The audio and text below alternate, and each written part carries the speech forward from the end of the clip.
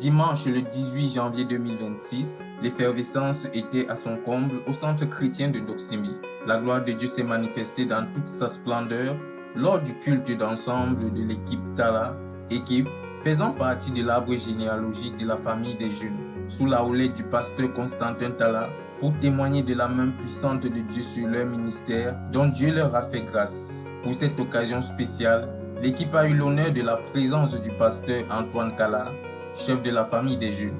Après un instant de louange et de célébration au Seigneur, conduit par les semeurs de l'équipe, l'homme de Dieu a pris la parole. D'abord, il a salué l'exploit réalisé par le pasteur Constantin et son équipe, dont les effectifs ont officiellement atteint la barre symbolique des 1000 membres.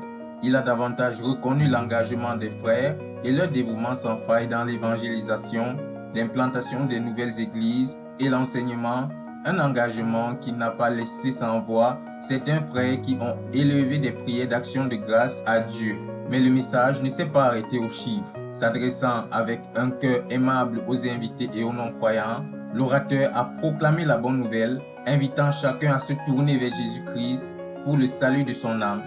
La Bible dit que la main de l'Éternel n'est pas trop courte pour nous sauver. The Bible says the hand of the Lord is not too short to save.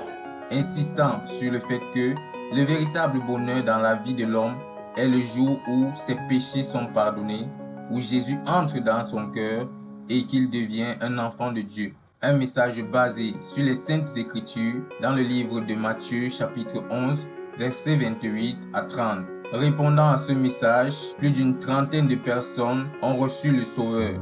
Porté par cette vision de croissance, l'orateur principal a conclu son intervention en lançant un défi de taille: susciter 100 nouveaux couvriers. Ces derniers auront pour mission d'épauler le frère Constantin dans l'affermissement de nouveaux convertis et l'expansion continue de l'équipe. 51 couvriers ont même été suscités sur place au milieu des 360 participants venant de 39 assemblées.